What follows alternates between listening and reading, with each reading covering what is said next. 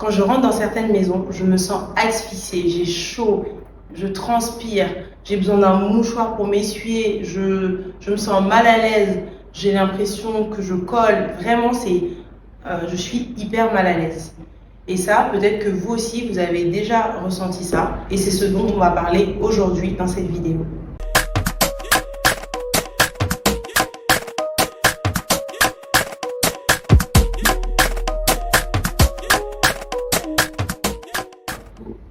Bonjour et bienvenue sur ma chaîne YouTube, je m'appelle Grace Tonier, j'ai quitté la France pour venir m'installer au Cameroun et entreprendre dans l'immobilier à travers la société Yega.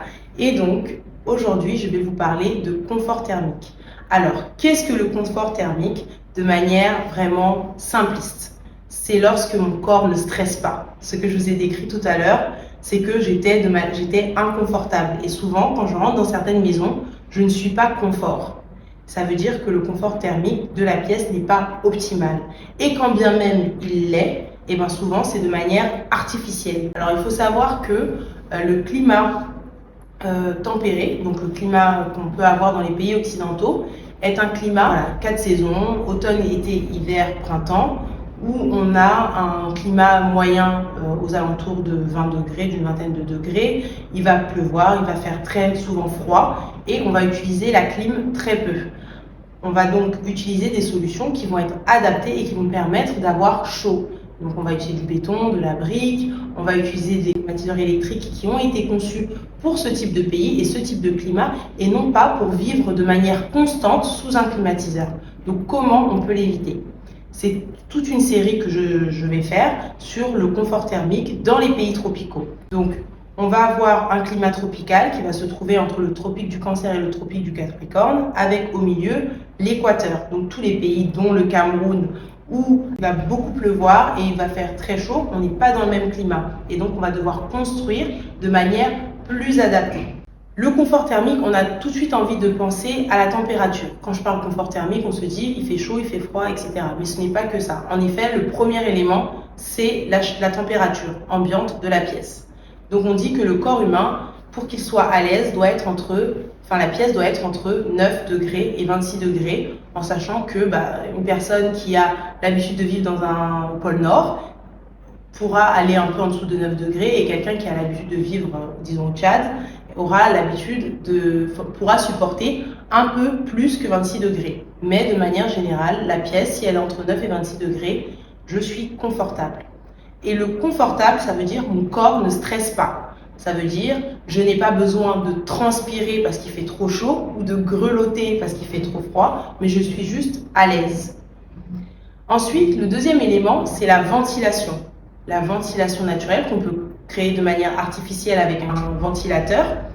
Cette ventilation va nous permettre, même si la pièce est chaude, de tolérer mieux la chaleur. Donc là, on pourra supporter jusqu'à 30 degrés. Le corps humain pourra supporter jusqu'à 30 degrés si la pièce est ventilée. S'il y a des courants d'air, par exemple, quand vous ouvrez et que vous avez des appels d'air, quand on est entre 1,5 et 2 mètres par seconde de flux d'air, on est à l'aise. Donc ça aussi, c'est comment concevoir son bâtiment, comment construire pour créer ces flux d'air. Il y a un autre sujet qui est l'humidité. En effet, lorsque on est dans un pays tropical, il va beaucoup pleuvoir, il va y avoir des saisons très humides qui vont amplifier la sensation de chaleur. En fait, il vaut mieux être dans un climat chaud et sec que dans un climat chaud et humide. Pourquoi? Parce que quand il fait chaud, je transpire, sauf que ma transpiration ne sèche pas, elle s'accumule avec l'eau ambiante dans la pièce et je me sens mal à l'aise, j'ai besoin d'un mouchoir pour tamponner mon make-up et tout, je suis mal à l'aise. En plus de ce mal-être, ça crée des sujets de santé parce que ça crée des rhinites pour certains.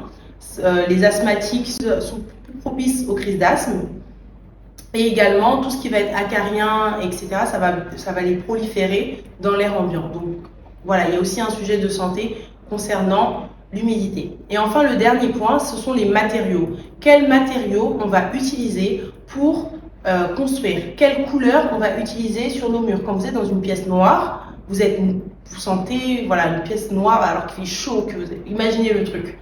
Alors que si vous êtes dans des murs blancs, on n'a rien changé d'autre que la couleur, mais vous allez vous sentir un peu moins oppressé. Donc c'est quelque chose qui va s'expliquer, on l'expliquera dans les vidéos suivantes, mais les matériaux, les couleurs jouent aussi leur rôle dans le confort thermique. J'ai pu constater que ici, on va construire comme on veut, comme on pense. On ne va pas se dire, ok, telle pièce, il est plus pertinent de la mettre à tel endroit, je vais utiliser plutôt telle matière ou tel matériau plutôt que tel autre.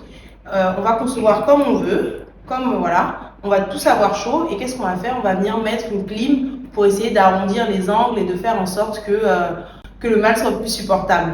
Pourtant, il y a des façons de concevoir qui peuvent être plus pertinentes et plus intelligentes afin d'éviter l'inconfort thermique. Et c'est ce qu'on va voir, comment construire pour que ce soit plus confortable, plus économique. N'oubliez pas donc de vous abonner pour ne pas louper ces prochains sujets qui vont être le confort thermique, les maisons traditionnelles, comment on construit, les pièges à éviter, les faux pas qui sont très souvent faits parce qu'on copie ce qui est fait à l'extérieur mais qui n'est pas forcément adapté.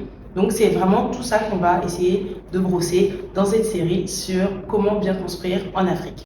En tout cas, pensez à vous abonner sur cette vidéo pour ne pas manquer la suite de cette série et je vous dis à très bientôt. Ciao.